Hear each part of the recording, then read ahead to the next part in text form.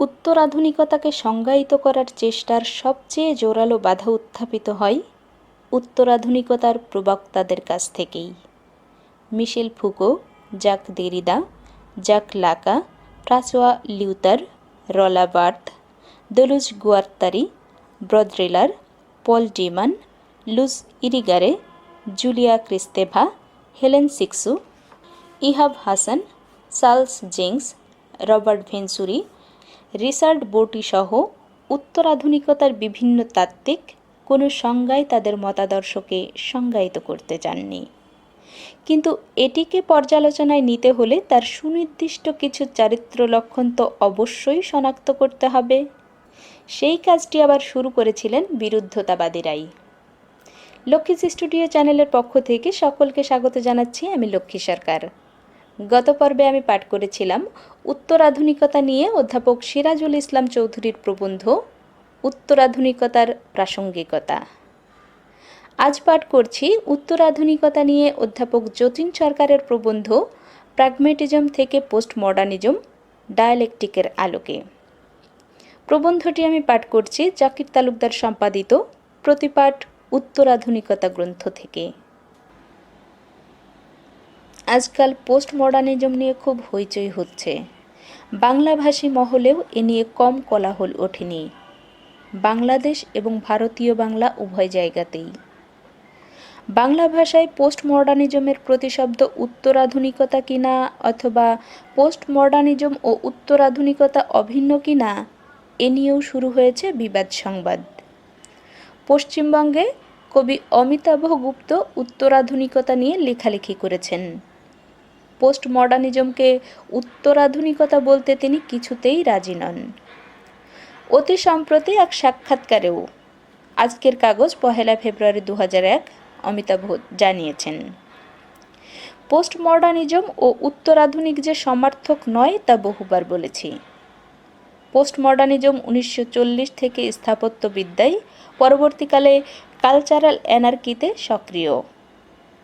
উত্তরাধুনিক চেতনা চিরায়তনিক, অবিচ্ছিন্ন একটি প্রবাহ। শব্দগত উৎপত্তির ক্ষেত্রেও উত্তরাধুনিক পোস্ট মডার্নিজমের চেয়ে দ্বিসহস্রাধিক বছরের পূর্বসূরি। উত্তরাধুনিক চেতনা উচ্চারিত হয়ে এসেছে মাটি থেকে, মহাকাল থেকে, মানব পটভূমির সামগ্রিক ঐতিহ্য থেকে। তার মতে পোস্ট মডার্নিজমের এমন কোনো দার্শনিক ভিত্তি নেই, বা থাকলেও তা সম্পূর্ণত ইউরোকেন্দ্রিক, যা দিয়ে মডার্নিজমের কদর্য স্বরূপকে আঘাত করা যায়। সাম্প্রতিকতম লেজুড় হল নিও মডার্নিজম, যা ব্যবহৃত হয় লেসবিয়ান ও হোমোসেক্সুয়ালদের সাহায্যার্থে। গিন্সবার্গের বউ পিটার ওভারলাস্কি, ভাবা যায়?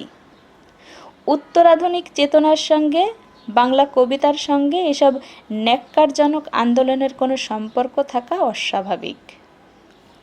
কবি অমিতাভ গুপ্তের ব্যক্তিগত সিদ্ধান্তে সবাই যে পুরোপুরি একমত হবেন তেমনটি আশা করা যায় না। উত্তরাধুনিকতা শব্দটিকে পোস্ট মডার্নিজম থেকে সম্পূর্ণ ভিন্নার্থে প্রয়োগ করা এবং সে প্রয়োগকে সর্বজনমান্য করে তোলা নিশ্চয় খুব সহজ হবে না। তবে পোস্ট মডার্নিজমের প্রতি অমিতাভ গুপ্তের বিভাগের সহমর্মী হতে পারবেন অনেকেই। আমিও অমিতাভ কথিত উত্তর আধুনিকতার পক্ষে বা বিপক্ষে অবস্থান নিয়ে কিছু বলছি না, বলছি পোস্ট মডার্নিজম সম্পর্কে। পোস্ট মডার্নিজমের প্রকৃত তাৎপর্য সম্পর্কে বিতর্কের অন্ত নেই। এর কোনো সুনির্দিষ্ট বা অবিতর্কিত সংজ্ঞার্থ নির্ণয় তো প্রায় অসম্ভবই।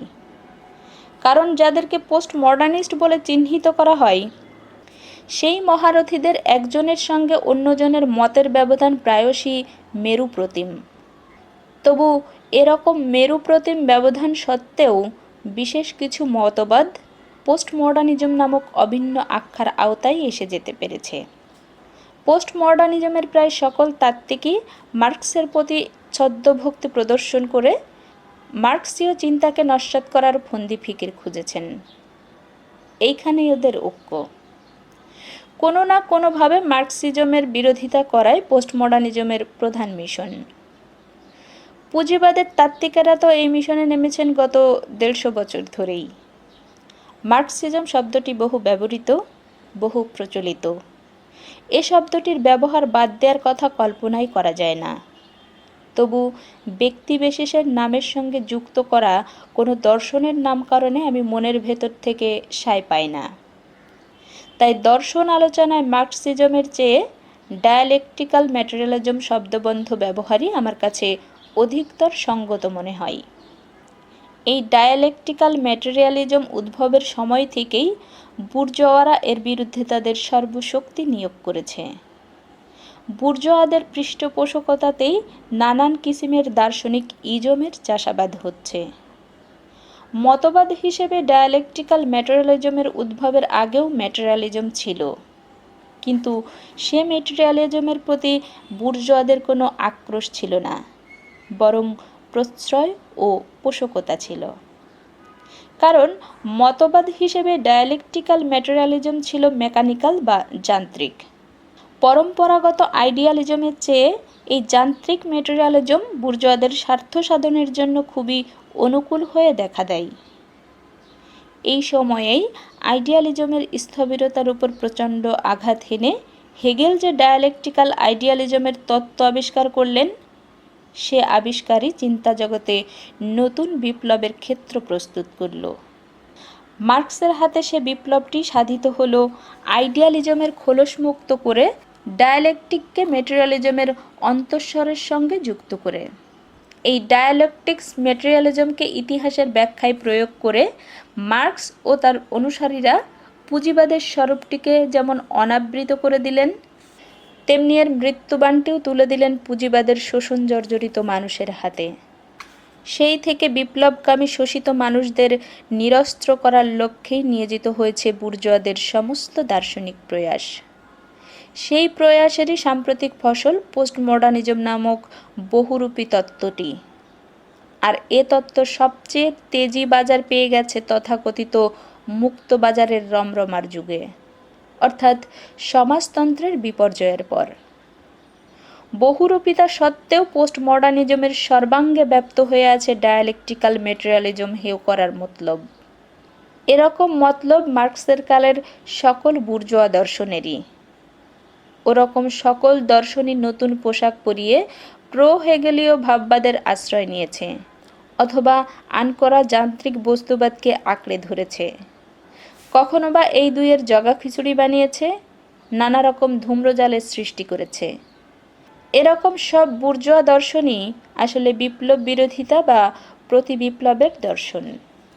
বুর্জোয়াদের দর্শনে এরকম নানা ধরনের বস্তুবাদ বিরোধী প্রতিবিপ্লবী প্রবণতাকে সঠিকভাবে চিহ্নিত করে এসবের অন্তঃসার শূন্যতাকে তুলে ধরেছিল মহামতি লেনিন 20 শতকের একেবারে গোড়ায় 1909 সালে প্রকাশিত ম্যাটেরিয়ালিজম অ্যান্ড এম্পিরিও ক্রিটিসিজমে। 19 শতকের শেষ দিকেই পদার্থবিজ্ঞানের গবেষণায় যুগান্তর সূচিত হয়েছিল। পরমাণু সম্পর্কে সাবেকি ধারণা সম্পূর্ণ উল্টে গিয়েছিল। আগে মৌলিক পদার্থের পরমাণুগুলোকে মনে করা হতো কঠিন, অবিভাজ্য এবং অবিনশ্বর, কিন্তু নব্য পদার্থবিদ্যা আবিষ্কার করল এর বিপরীত তত্ত্ব। জানা গেল যে পরমাণুগুলো নশ্বর, গতিচঞ্চল এবং পরিবর্তনশীল।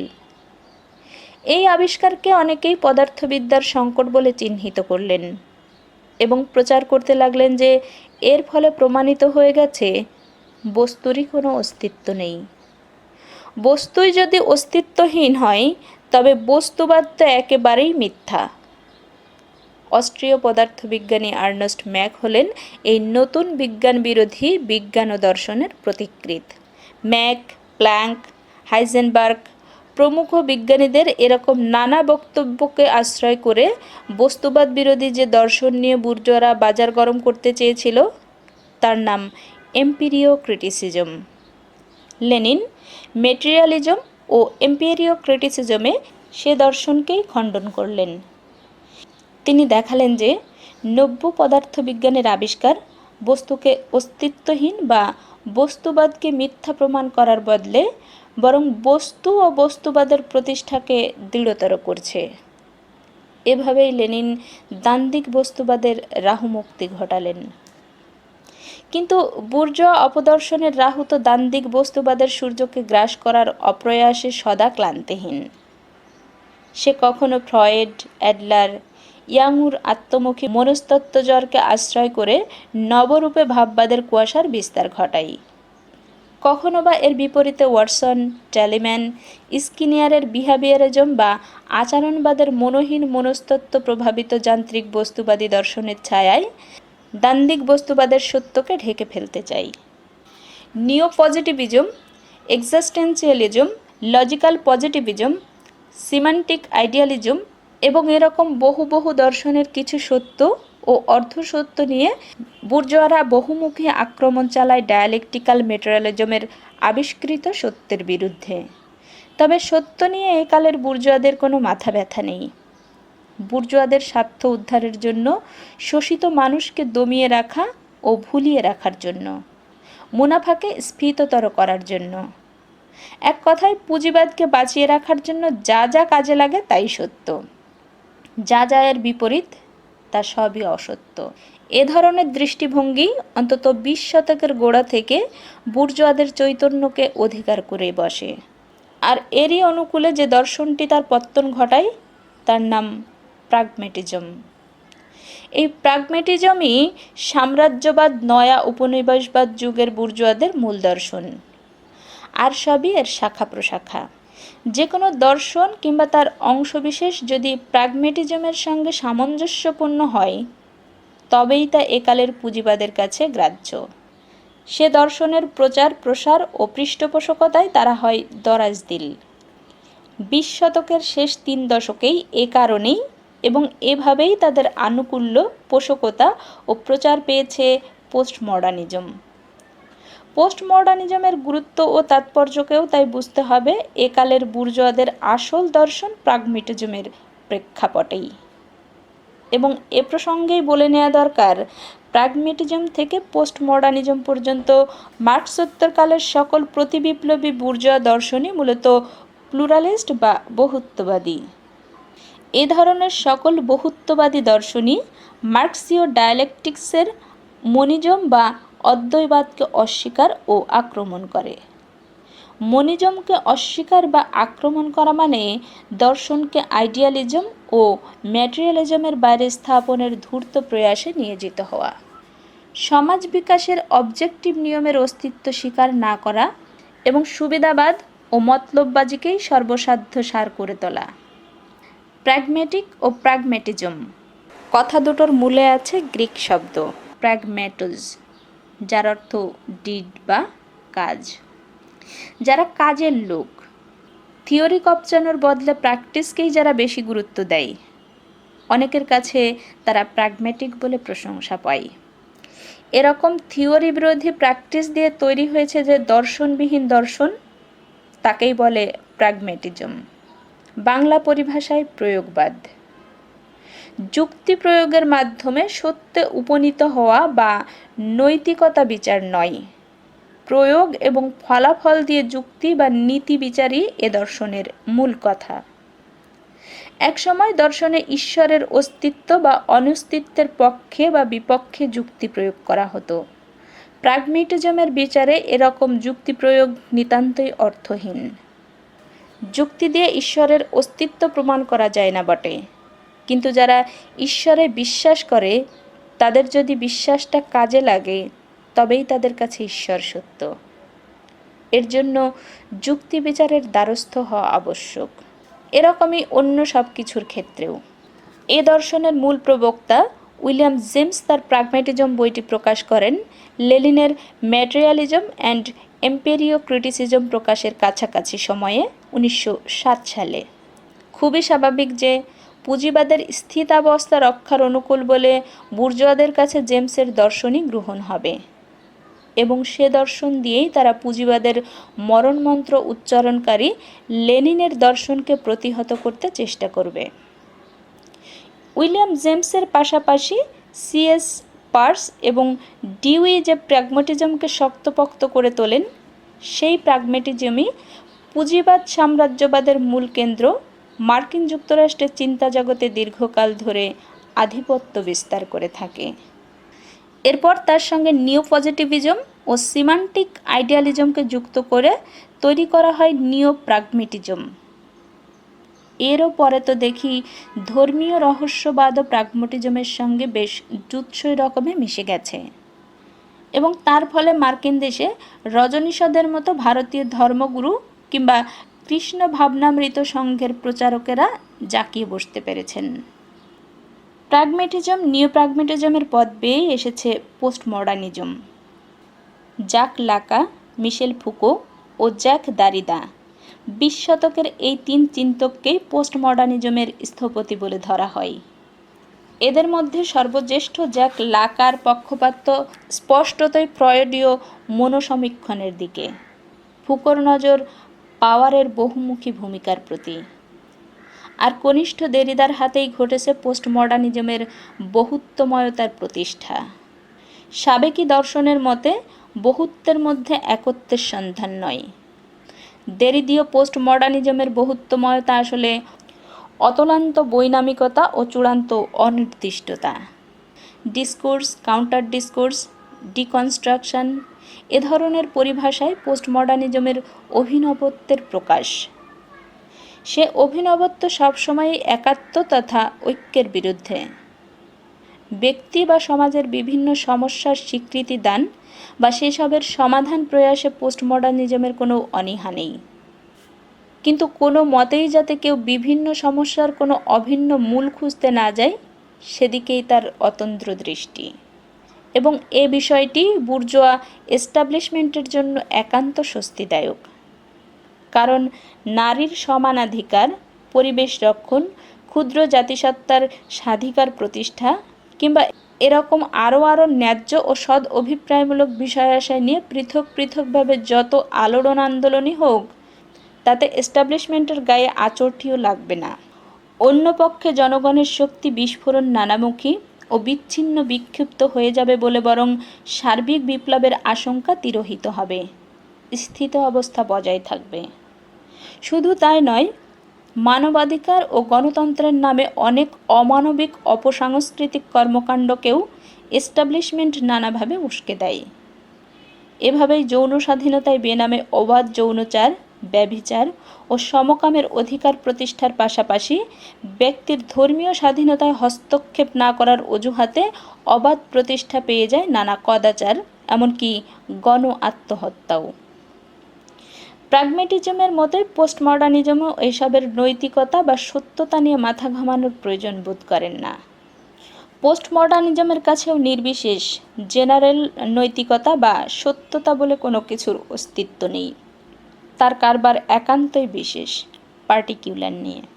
নির্বিশেষের স্থলে বিশেষকে প্রতিষ্ঠা করে দেওয়ার জন্যই তো পোস্ট মডার্নিজমের আবির্ভাব। অর্থাৎ কোনোই সন্দেহ নেই যে প্রাগমেটিজম থেকে পোস্ট মডার্নিজম পর্যন্ত মার্কসোত্তর কালে সকল বুর্জোয়া দর্শনই একই সুতোয় গাঁথা। কিন্তু প্রশ্ন হচ্ছে, এরকম কথা বারবার আউড়ে বুর্জোয়া দর্শনের মুণ্ডুপাত করেই কি বুর্জোয়া বিরোধী প্রগতিকামীরা আত্মপ্রাসাদে বুঁদ হয়ে থাকতে পারে? পারে না যে তার প্রমাণ তো 20 শতকের শেষ দশকের ইতিহাস বড় নির্মমভাবেই রেখে গেছে। সমাজতন্ত্রের বৈশ্বিক বিপর্যয়ের পর এর দর্শন ডায়ালেকটিক্যাল মেটেরিয়ালিজম নিয়ে কে আর বড় মুখ করে কথা বলবে? বড় মুখ তো বরং এখন বুর্জোয়াদেরই। তাদের প্রাগমেটিজমই এখন জয়ী। তাদের পোস্ট মডার্নিজমের ডিসকনস্ট্রাকশন যেন সমাজতন্ত্র ও তার দর্শনকে ভেঙে গুঁড়িয়ে দিয়ে বিজয়ের হাসি হাসছে। বুর্জোয়াদের নতুন তাত্ত্বিক এসেছেন, তাদের জন্য বরাভয়ের বাণী নিয়ে। ইতিহাসের সমাপ্তি ঘটে গেছে, ধনতন্ত্রই ইতিহাসের শেষ। তবু শেষ হয় না। শেষ নাহি যে শেষ কথা বলবে। আমরা দেখলাম অতি অল্পকালের মধ্যেই বুর্জোয়া তাত্ত্বিকদের আত্মপ্রসাদ বুদবুদের মতো উবে গেছে। সমাজতন্ত্রের বিপর্যয় মানুষকে প্রগতিতে প্রতিষ্ঠিত করার বদলে সংখ্যাগরিষ্ঠ মানুষকেই ক্রমাগত দুর্গতির দিকে ঠেলে দিচ্ছে। ইতিহাসের সমাপ্তির বদলে ধনতন্ত্রকে প্রত্যাখ্যান করেই ঘুরে চলেছে ইতিহাসের চাকা। তাই আবারও প্রগতির দর্শন ডায়ালেকটিক্যাল মেটেরিয়ালিজমের দিকেই মুখ ফেরানো একান্ত জরুরি হয়ে পড়েছে। নতুন করে মুখ ফেরাতে গিয়ে দেখা যাচ্ছে যে বহুকাল ধরেই এই দর্শনটির অনুসারী বলে পরিচিতরা একে নিয়ে নিতান্ত হেলাফেলা করেছিল। চিন্তায় ও কাজে একে জীবন্ত না করে গতিহীন নিষ্প্রাণ করে তুলেছিল। ডায়ালেকটিক্সের সূত্রগুলো মন্ত্রের মতো আউড়ে গিয়েছিল, কেবল মননে সমৃদ্ধ করে তুলতে পারেনি। তারই ফল সমাজতন্ত্রের অচিন্তিতপূর্ব বিপর্যয়। সমাজতন্ত্রের দর্শন অবশ্যই সার্বিক বিপ্লবের দর্শন, নির্বিশেষে এর প্রতিই তার দৃষ্টি। তাই বলে কিন্তু এ দর্শন বিশেষের দিক থেকে মুখ ফিরিয়ে রাখতে বলে না। নারীর সমান অধিকার বা পরিবেশ রক্ষণ বা সকল জাতির আত্মনিয়ন্ত্রণ অধিকার, এসব বিশেষ বিষয়ের কোনোটিকেই গৌণ মনে করেন না সমাজতন্ত্রের দর্শন। এ দর্শনের প্রবক্তা মার্কস, এঙ্গেলস, লেনিন তাদের রচনায় ও কর্মপ্রয়াসে ওইসব বিশেষের প্রতি যথাযথ গুরুত্বই আরোপ করেছেন। নির্বিশেষ সামাজিক বিপ্লব ঘটে গেলে ওইসব বিশেষের সব সমস্যার সমাধান আপনা থেকেই হয়ে যাবে, এমন কথা কখনো তারা বলেনি। কিন্তু তারা না বললেই কি হবে? তাদের নাম নিয়ে যারা বিপ্লবোত্তর সমাজতান্ত্রিক দেশগুলোতে দীর্ঘকাল ধরে স্থিতি থেকেছেন, তারা কি তাদের দর্শনকে বাস্তবে মান্য করেছেন? যদি করতেন তাহলে সমাজতান্ত্রিক দেশগুলো নারী অধিকারের, পরিবেশ সুরক্ষার এবং সকল জাতির প্রকৃত আত্মনিয়ন্ত্রণের মডেল হতো। কিন্তু তা যে হয়নি তার প্রমাণ সমাজতন্ত্রের বিপর্যয়ের মধ্য দিয়েই অনাবৃত হয়ে পড়েছে। যদিও বিপ্লবোত্তরকালের একেবারে গোড়ার দিকে ওইসব বিষয়ের প্রতি প্রকৃতই নজর দেওয়া হয়েছিল এবং তার বিস্ময়কর ফল ফলেছিল, তবু কিছুকাল পরেই সমাজতন্ত্রী রাষ্ট্রের এস্টাবলিশমেন্ট সকল অসমাজতন্ত্রী রাষ্ট্রের মতোই একান্ত নিরেট হয়ে গেল। শাসক শাসিতের বিচ্ছিন্নতা প্রকট হয়ে উঠল।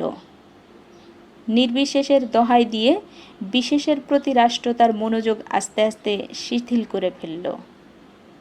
ধনতন্ত্রে প্রকৃত গণতন্ত্রের অনুশীলন কোনো মতেই সম্ভব নয়। সমাজতন্ত্রই কেবল গণতন্ত্রের নিশ্চয়তা দিতে পারে, এরকমটি ছিল সমাজতন্ত্রের দর্শনের নির্দিদ্ধ প্রত্যয়। কিন্তু সে প্রত্যয়কে তো সমাজতন্ত্র বাস্তবে মূর্ত করে তুলতে পারল না। আর তা পারল না বলেই প্রগতির শত্রুরা সমাজতান্ত্রিক রাষ্ট্রকে টোটালিটারিয়ান রাষ্ট্র বলে গালমন্দ করার সুযোগ পেয়ে গেল। এর সমস্ত বৈপ্লবিক সুকৃতিকে আড়াল করে রাখতে চাইলে এবং সমাজতান্ত্রিক রাষ্ট্র ব্যবস্থার ভেতরকার দুর্বলতা এবং বাইরে থেকে জাগানো সাম্রাজ্যবাদের ধূর্ততাকে নিপুণভাবে ব্যবহার করে সমাজতন্ত্রের উপর নানাভাবে আঘাত হেনে চলল। এরকম এক পটভূমিতে সমাজতান্ত্রিক রাষ্ট্র ও শিবির ভেঙে গেল যখন, তখনই প্রাগম্যাটিজমের উত্তরাধিকারী ধূর্ত বুর্জোয়া দর্শন পোস্টমডার্নিজম যেন বিশ্ববিজয়ের মৌকা পেয়ে গেল। এ দর্শনের উদ্ভবকাল যদিও 20 শতকের 40 দশকের গোড়ার এবং 60 ও 70 দশকের যৌবন প্রাপ্তি, তবুও 90-এর দশকে সমাজতন্ত্রের বৈশ্বিক বিপর্যয়ের পরই এর চিকনায় বৃদ্ধি। এরকমটি হওয়াই তো স্বাভাবিক। সমাজ যখন সংগ্রামের মধ্য দিয়ে প্রগতির দিকে এগোতে থাকে, যখন সমাজের চোখে থাকে সুন্দর ভবিষ্যতের স্বপ্ন, তখন আপাতত দুঃখদৈন্যকে মানুষ অনায়াসে উপেক্ষা করতে পারে। তখনকার দর্শন থাকে বলিষ্ঠ বিশ্বাসের সুর, থাকে সামগ্রিক জীবনবোধ। দর্শনের ইতিহাসকাররা দেখিয়েছেন যে গ্রিসের সমাজ ও সভ্যতা যখন জীবন্ত ও বর্ধিষ্ণু ছিল, তখনকার গ্রিক দর্শনেও ছিল বলিষ্ঠতা ও সমগ্রতা। সে সময়ের বস্তুবাদী ডেমোক্রেটাসের দর্শনেও যেমন, তেমনি ব্রহ্মবাদী প্লেটো এবং অ্যারিস্টটলের দর্শনেও অখণ্ড ও নির্বিশেষের প্রতি আকর্ষণ ছিল। খণ্ড ও বিশেষের গণ্ডিতে এসব দর্শন আটকা পড়ে যায়নি। কিন্তু নিজেদের অন্তর্বিরোধ ও বাইরের শত্রুর আক্রমণে গ্রিকদের স্বাধীনতা যখন লোপ পেল, তখন তাদের দর্শনেও আগেকার সেই অখণ্ডতা ও সামগ্রিকতা এবং বলিষ্ঠ বিশ্বাস ও প্রদীপ্ত আশাবাদ আর রইল না। তখনই স্টোইক, এপিকিউরীয় এবং স্কেপটিকের মতো খণ্ডতাবাদ ও নির্বিশেষ বিরোধী দর্শনের প্রসার ঘটল। বস্তু তথা জগতের স্বাধীন অস্তিত্ব অস্বীকার করে স্টোইকরা এর কাল্পনিক চিত্ত প্রশান্তির মধ্যে সুখের সন্ধান করল। ডেমোক্রেটাসের মতো বাস্তববাদী হয়ে এপিকিউরা সামাজিক দায়িত্বহীন ভোগবাদিতায় ডুব দিয়ে বাস্তবের দুঃখ দৈন্যকে এড়িয়ে যেতে চাইল। আর স্কেপটিকরা প্রচার করল চূড়ান্ত অজ্ঞেয়বাদের দর্শন। এরকম খণ্ডতা ও হতাশার দর্শন যখন প্রসার ঘটতে থাকে, তখনই মানুষ পূর্ণতা ও প্রত্যাশার খোঁজে লৌকিক ছেড়ে অলৌকিকের দিকে ধাবিত হয়। ক্রমে দর্শনের স্থান দখল করতে থাকে জপ, তপ ও গুপ্ত মন্ত্রবিদ্যা। এভাবেই বাস্তবাশ্রয়ী ও জীবনমুখী গ্রিক দর্শনের পরিণতি ঘটে অন্তরাশ্রয়ী ও মিস্টিক দর্শন নিওপ্লেটোনিজমে। সর্বগ্রাসী সামাজিক সংকটের পটভূমিতে এরকমটি ঘটে সব যুগে ও সব দেশে। ঘটেছে সাম্প্রতিককালের সংকটগ্রস্ত পৃথিবীতেও। ধনতন্ত্র যখন মরণব্যাধিতে আক্রান্ত এবং সমাজতন্ত্রও বিপর্যস্ত, সেই আপাতত বন্ধা সময়টি যে পোস্ট মডার্নিজমের মতো আগাছা প্রতিম দর্শনের জন্য উর্বর সময় হয়ে দেখা দেবে, তেমনটাই তো স্বাভাবিক। সেই স্বাভাবিকতারই অনিবার্য অনুষঙ্গী হয়ে যে একই সঙ্গে প্রসার ঘটেছে ধর্মান্ধ মৌলবাদ ও নির্বিচার ভোগবাদের, সে কথাও অস্বীকার করা যাবে না। তাই বলে কি এই অবস্থাটাকে অপরিবর্তনীয় ও চিরস্থায়ী বলে স্বীকার করে নিতে হবে আমাদের? তা যদি নিই, তবে তো কোনো কিছু নিয়ে আর ভাবনা চিন্তা করার সুযোগ ও প্রয়োজন কোনোটাই থাকে না। ইতিহাস কিন্তু আমাদের শিক্ষা দেয় যে মানুষ কোনো দিনই এরকম ভাবনা চিন্তাহীন থাকেনি, এখনও অবশ্য থাকতে পারবে না। সংকট ও বিপর্যয়ের মুখে মানুষ সাময়িকভাবে বিমূঢ় হয়ে পড়ে বটে, ভুল দর্শনের কাছে আত্মসমর্পণও হয়তো করে বসে, কিন্তু কোনো মতেই তার এরকম অবস্থা ও অবস্থানটি দীর্ঘস্থায়ী ও সর্বত্রচারী হয় না।